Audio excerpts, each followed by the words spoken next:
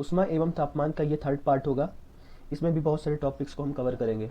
तो पहला टॉपिक है उष्मा की मात्रा कि किसी पदार्थ में उष्मा की मात्रा किस प्रकार से निकाली जाती है। ठीक है, तो उष्मा की मात्रा है यानी हम उस पर कुछ उष्मा दिए हैं या तो उसमें से कुछ उष्मा निकाले हैं, है ना, तो वही कुछ उष्मा की मात्रा होगी। और ये निकालने के लिए आप क्या करोगे, उस पदार्थ का द्रव्यमान ले लोगे और उसकी विशिष्ट उष्मा ले लोगे और पूर्व की स्थिति यानी जो पहले टेम्परेचर था और अब का टेम्परेचर दोनों का डिफरेंस ले लोगे यानी T2 माइनस T1 लोगे। ठीक है ना, इन तीनों को इंटू कर दोगे तो आपका क्या आ जाएगा, पदार्थ में उष्मा की मात्रा आ जाएगी, क्वांटिटी ऑफ हीट। ठीक है ना, इन तीनों को अगर आप इंटू कर दो तो पदार्थ में उष्मा की मात्रा आपको प्राप्त हो जाएगी। ठीक है ना, तो सिंपल सा फॉर्मूला है। आगे बढ़ते हैं। हाँ, तो ये है टॉपिक, ये उष्माधारिता। तो उष्माधारिता क्या होती है, किसी पदार्थ का तापमान 1 डिग्री सेल्सियस बढ़ाने के लिए जितनी उष्मा की आवश्यकता होती है, जितनी उष्मा की आवश्यकता होगी, ठीक है, उसको क्या बोलेंगे, उस पदार्थ की उष्माधारिता कहेंगे। ठीक है, यानी किसी पदार्थ का द्रव्यमान अगर m है, m ग्राम है और उसका तापमान 1 डिग्री सेल्सियस बढ़ाना है तो उसके लिए रिक्वायर्ड हीट है ना, उसके लिए आवश्यक उष्मा की मात्रा उसकी क्या हो जाएगी, उष्माधारिता कहलाएगी। तो उष्माधारिता का फॉर्मूला क्या है, m इंटू विशिष्ट उष्मा। ठीक है, तो इसका जो मात्रक है, इकाई जो होती है वो क्या होती है, कैलोरी पर डिग्री सेल्सियस होती है। ठीक है ना, क्या बोलेंगे, इकाई बोलेंगे। ठीक है, मात्रक नहीं। तो इकाई क्या हो जाएगी, कैलोरी पर डिग्री सेल्सियस हो जाएगा। अब जल तुल्यांक देखिए, जल तुल्यांक निकालने के लिए क्या करेंगे आप, देखिए पहले इसका डिफिनेशन सुन लीजिए। किसी पदार्थ का जल तुल्यांक पानी की वह मात्रा होती है जिसका तापमान 1 डिग्री सेल्सियस बढ़ाने के लिए उतनी ही उष्मा की आवश्यकता होती है जितनी कि पदार्थ का तापमान 1 डिग्री सेल्सियस बढ़ाने के लिए आवश्यक है। तो साफ साफ बात बता रहा हूँ, देखिए आपको इसमें क्या करना है, जल तुल्यांक में आपको पानी की वह मात्रा बतानी है, ठीक है, जिसका तापमान 1 डिग्री सेल्सियस करने के लिए उतनी ही उष्मा की आवश्यकता पड़ती है जितनी कि किसी पदार्थ की 1 डिग्री सेल्सियस करने के लिए उतनी ही उष्मा की आवश्यकता पड़े। मतलब ये है कि ये कोई पदार्थ है ना, इसका कोई द्रव्यमान हो गया m, है ना, तो इसका टेम्परेचर 1 डिग्री सेल्सियस करने के लिए हमको 200 कैलोरी की आवश्यकता पड़ती है। ठीक है, अब हमको उतना पानी लेना है जितने पानी का तापमान 1 डिग्री सेल्सियस करने के लिए 200 कैलोरी की ही आवश्यकता पड़े। ठीक है ना, तो चलो हम मान लेते हैं कि यहाँ पास पदार्थ का द्रव्यमान क्या है, पदार्थ का द्रव्यमान क्या मान लेते हैं, यहाँ पास 100 ग्राम मान लेते हैं। ठीक है, और इस जल तुल्यांक निकालने के लिए आप देखोगे कि इस 100 ग्राम को गर्म करने के लिए हमको 1 डिग्री सेल्सियस करने के लिए 200 कैलोरी की आवश्यकता पड़ती है। तो कितना पानी यहाँ पास मैं ले लूँ कि उसमें 1 डिग्री सेल्सियस बढ़ाने के लिए हमको 200 कैलोरी की ही आवश्यकता पड़े। ठीक है ना, तो यहाँ पास क्या हो जाएगा, मान लो कि हो सकता है इसका आ गया है ना 500 मिलीलीटर या 500 ग्राम। ठीक है ना, तो जल तुल्यांक बराबर क्या हो जाएगा, है ना, पदार्थ का द्रव्यमान गुणे उसकी विशिष्ट उष्मा, है ना, दोनों को अगर इंटू कर दोगे तो क्या आ जाएगा, पदार्थ का जल तुल्यांक आ जाएगा। ठीक है, उष्मा का आदान प्रदान। तो देखिए कोई भी, अगर आप यहाँ पर 100 डिग्री सेल्सियस वाले उष्मा तापमान वाले को ले लिए और यहाँ पे 10 डिग्री सेल्सियस तापमान वाले पदार्थ को ले लिए, ठीक है, तो अगर आप इसको टच कराओगे, है ना, तो क्या होगा, ये 100 डिग्री सेल्सियस वाले तापमान वाले पदार्थ से जो उष्मा होगी वो कम तापमान वाले पदार्थ की ओर ट्रांसफर होना शुरू हो जाएगी, है ना, मतलब अधिक तापमान से कम तापमान की तरफ उष्मा का प्रवाह ही उष्मा का आदान प्रदान कहलाता है। ठीक है, जिसे उस ऊर्जा के संरक्षण सिद्धांत के नाम से भी जाना जाता है। कैलोरीमीटर क्या होता है, देखिए कैलोरीमीटर किस काम आता है पहले जान लीजिए। तो कैलोरीमीटर किसी पदार्थ की विशिष्ट उष्मा और जल तुल्यांक को बताता है। ठीक है ना, विशिष्ट उष्मा यानी S और जल तुल्यांक, ठीक है, दोनों इसको रीड करके बताता है। ठीक है, तो ये बनता कैसे है, तो ये देखिए, ये जो इसकी बनावट है ना, ये तांबे की बनी होती है। ये ढक्कन जो है वो लकड़ी का रहता है। यहाँ पास हम थर्मामीटर लगा देते हैं और इसमें एक विडोलक लगा देते हैं। विडोलक का काम क्या होता है, पानी को हिलाना, ठीक है। तो ये विडोलक किसका बना होता है, तांबे का, ठीक है। और इसके अंदर में जल भरा होता है। और हम जब इसको रीडिंग के लिए यूज़ करते हैं तो हम लोग इसको क्या करते हैं, ऐसे स्थान पर रखते हैं जहाँ पर उष्मारोधी हो। जो स्थान क्या हो, उष्मारोधी हो, यानी जहाँ से उष्मा ना उस पर प्रवेश करे, ना ही बाहर निकले, ठीक है। अब देखिए गलन की गुप्त उष्मा क्या होती है। तो हम ले लेते हैं एक बर्फ, है ना, और उसका तापमान अभी क्या है, 0 डिग्री सेल्सियस है, ठीक है। और उसी को हम पानी में कन्वर्ट करने के लिए, है ना, वो उसका भी पानी, उस पानी का भी तापमान कितना होना चाहिए, 0 डिग्री सेल्सियस, ठीक है।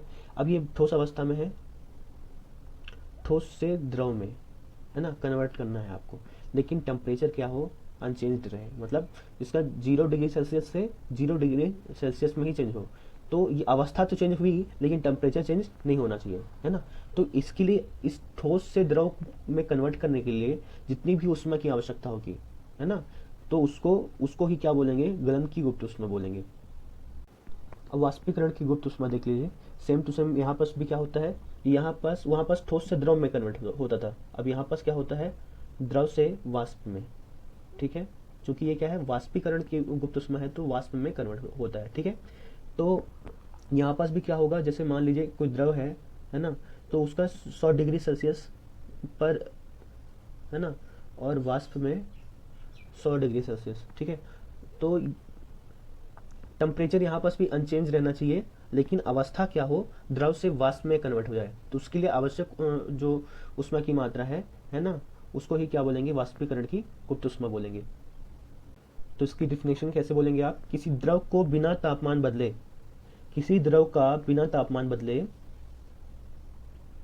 है ना, किसी द्रव का बिना तापमान बदले अवस्था परिवर्तन हो जाए, कैसे, द्रव से वाष्प में हो जाए। इसके लिए आवश्यक, है ना, इसके लिए आवश्यक ऊष्मा की मात्रा को, है ना, क्या कहेंगे, गुप्त ऊष्मा कहेंगे, वाष्पीकरण, है ना। तो इसको क्या बोलेंगे, वाष्पीकरण की गुप्त ऊष्मा बोलेंगे।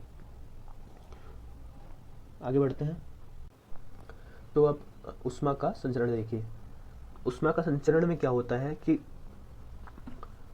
पहले ये क्या होता है देख लीजिए, ऊष्मा किसी एक वस्तु से दूसरी वस्तु, है ना, या उसी वस्तु में एक स्थान से दूसरे स्थान तक, है ना, का जो ऊष्मा का जो स्थानांतरण हो रहा है ना, उसी को क्या बोलते हैं, ऊष्मा का संचरण बोलते हैं। मैं एक एग्जांपल लेता हूँ और एग्जाम्पल के द्वारा मैं आपको इसके जितनी विधियां हैं उनको समझाता हूँ, ठीक है। तो ऊष्मा के संचरण में 3 विधियां होती हैं, है ना, 3 विधियां होती हैं, जिसमें पहला है चालन, दूसरा संवहन और तीसरा विकिरण, ठीक है। चालन में क्या होता है, मैं एग्जाम्पल से समझाता हूँ। मान लीजिए कोई रॉड है, आप इसके एक सिरे को आप जब गर्म करोगे, तो अगर आप इस सिरे में अगर आप पकड़े हो तो आपको ये सिरा भी आपको गर्म महसूस होने लगेगा, है ना। तो ठोसों में जो ऊष्मा का संवहन है ना, वो क्या कहलाता है, चालन कहलाता है, ठीक है। यहाँ पास देखिए ठोसों में क्या होता है, यहाँ पास जो अणु पहले से थे इस पदार्थ में, वो अपने स्थान से नहीं हिले हैं, है ना, लेकिन फिर भी ये ऊष्मा जो है एक स्थान से दूसरे स्थान तक, मतलब इस सिरे से, गर्म वाले सिरे से ठंडे वाले सिरे तक पहुंच गई है ना। इस प्रकार के ऊष्मा के ट्रांसफर को अपन क्या कहते हैं, चालन बोलते हैं, ठीक है ना। तो ये चालन हो गया। वैसे ही संवहन देखिए, संवहन में क्या होता है, जैसे हम पानी को गर्म कर रहे हैं, तो क्या होता है कि जब हम यहाँ नीचे ताप देते हैं, है ना, यहाँ तापमान दे रहे हैं, ठीक है, तो ऊपर क्या होता है कि ये नीचे जो पानी रहता है वो गर्म होता है, गर्म होने के बाद वो ठंडा, वो हल्का हो जाता है, हल्का होने के बाद ये ऊपर तल में चला जाता है, और यहाँ पर जो ऊपर पानी रहता है जो ठंडा रहता है वो नीचे चला जाता है, ठीक है। तो इसी प्रकार क्रम जो है यहाँ पर बना रहता है। तो बार बार पानी नीचे का गर्म होगा और ऊपर हल्का होके जाएगा, और वहीं पे ऊपर का पानी जो ठंडा है वो क्या होगा, नीचे चला जाएगा। तो इस प्रकार से जो आपका पानी गर्म हो रहा है उसको हम संवहन कहेंगे, ठीक है। और तीसरा प्रकार है विकिरण। तो विकिरण जैसे कि हम देखते हैं सूर्य में, इसको मिटा देते हैं, विकिरण सूर्य सूर्य से जो ऊर्जा है हमारी पृथ्वी को, है ना, विकिरण के माध्यम से पहुंचती है ना। तो आप ये जान लीजिए कि सूर्य से उष्मा विकिरण द्वारा ही पृथ्वी पर पहुंचती है, ठीक है ना। और देखे होंगे आप अग्नि से दूर, जैसे कोई अग्नि यहाँ कहीं पे जल रही है ना, वहाँ कोई दूर भी कोई व्यक्ति बैठा हुआ तो उसकी उष्मा उसको मिलती है। ठंडी के दिनों में आप लकड़ी जला के सेकते होंगे, तो वो किस माध्यम से आपको उसमें पहुंच रही है, तो विकिरण के माध्यम से पहुंच रही है, ठीक है। थर्मामीटर, चलिए देखते हैं क्या होता है। थर्मामीटर में एक कैपिलरी ट्यूब होती है ना, उसमें क्या होता है, पारा भरा रहता है। आप जानते ही हैं, आप जब उसके मेटल वाले पार्ट को आप किसी तरल पदार्थ में जिसका तापमान आपको नापना है, उसमें अगर आप डुबो दो, या किसी ठोस पदार्थ जैसे कि कोई व्यक्ति का तापमान नापना है, उसके बाह के या होंठ के नीचे अगर आप दबा दो, तो क्या होगा, वो पारा क्या होगा, उसके टेम्परेचर से फैलना शुरू हो जाएगा और अपने कैपिलरी ट्यूब में जो रीडिंग लिखी रहती है उसमें एक रीडिंग दिखाने लगेगा, ठीक है ना। तो ये आप थर्मामीटर जो है वो साधारण तापमान के लिए ही उपयोग करेंगे, ठीक है ना। ज़्यादा तापमान के लिए हम लोग दूसरे चीज़ों का उपयोग करेंगे, ठीक है। अब देखते हैं कि पारे के गुण क्या होते हैं और उनके दोष क्या होते हैं, ठीक है। आप जानते हैं इसमें क्या होता है, ये कोई पारा है, ट्यूब है, तो इसमें पारा जो है वो पहले नीचे लेवल तक रहता है ना। जैसे ही आप किसी टेम्परेचर को, अधिक तापमान वाली वस्तु को आप छुआते हो, तो क्या हो जाता है, वो प्रसारित होने लगता है, यानी कि इसमें क्या होता है, द्वैध प्रसार गुणांक होता है, ठीक है।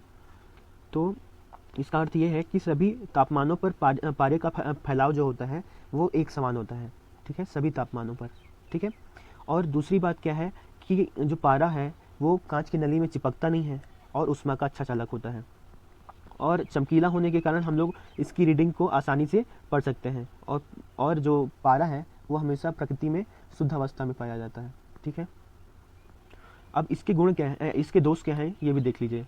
तो पारा जो है वो -39 डिग्री सेल्सियस में जम जाता है, और 357 डिग्री सेल्सियस में ये क्या होने लगता है, इसका बॉइलिंग पॉइंट है ना, बॉयल होने लगता है ना। तो ये अधिकतम 357 डिग्री सेल्सियस तापमान को नाप सकता है और न्यूनतम -39 डिग्री सेल्सियस को नाप सकता है। चलिए देखते हैं पायरोमीटर क्या होता है। पायरोमीटर देखिए 2 प्रकार के होते हैं और अधिक तापमानों को नापने के लिए इन्हीं का उपयोग किया जाता है। सामान्य ताप के लिए हम लोग थर्मामीटर का उपयोग कर लेते हैं, लेकिन अधिक तापमानों को अगर आपको ज्ञात करना है तो आपको पायरोमीटर का ही उपयोग करना पड़ेगा। पायरोमीटर 2 प्रकार के होते हैं, पहला होता है थर्मो इलेक्ट्रिक पायरोमीटर और दूसरा होता है ऑप्टिकल पायरोमीटर। अब इस वाले में हम लोग थर्मो इलेक्ट्रिक पायरोमीटर के बारे में पढ़ेंगे, ठीक है। तो थर्मो इलेक्ट्रिक पायरोमीटर क्या होता है, इसमें 2 अलग अलग प्रकार की वस्तु होती हैं, उनको तारों के माध्यम से जोड़ दिया जाता है। एक वस्तु को गर्म, एक धातु को, यहाँ पर दो धातु होती हैं, ठीक है, और 2 धातुओं को एक तार कॉपर वायर के द्वारा हम लोग क्या करते हैं, जोड़ देते हैं। एक धातु को गर्म करते हैं और दूसरे को पानी में डाल देते हैं, ठीक है। तो दोनों के बीच में ना क्या हो जाएगा, टेम्परेचर डिफरेंस होने की वजह से एक विभवांतर पैदा हो जाएगा, और विभवांतर पैदा होने से यहाँ पर धारा बहने लगेगी, और उस धारा को हम क्या करेंगे, रीडिंग कर लेंगे कि कितनी धारा बता रहा है, और उस धारा के हिसाब से वो रीडिंग मीटर आपको क्या बता देगा कि ये तापमान इनके बीच में क्या है, ठीक है। तो ये जान लीजिए कि जो ये थर्मो इलेक्ट्रिक पायरोमीटर है वो -200 डिग्री सेल्सियस से 2000 डिग्री सेल्सियस तक के तापमान को बता देता है, ठीक है।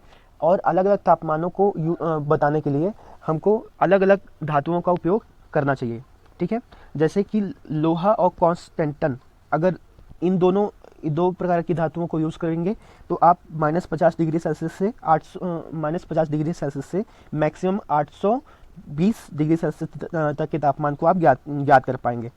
अगर वो 2 धातु क्या हो, एल्यूमिनियम और क्रोमेल मिश्र धातु हो, तब आप -100 डिग्री सेल्सियस से 1200 डिग्री सेल्सियस तक के तापमान को ज्ञात कर पाएंगे, है ना। उसी प्रकार प्लैटिनम और प्लैटिनम रेडियम की मिश्र धातु का युग्म अगर यूज़ करें तो -200 डिग्री सेल्सियस से 1600 डिग्री सेल्सियस तक के तापमान को आप ज्ञात कर सकते हैं। अब इसमें क्या ये ऑप्टिकल पायरोमीटर है, ठीक है।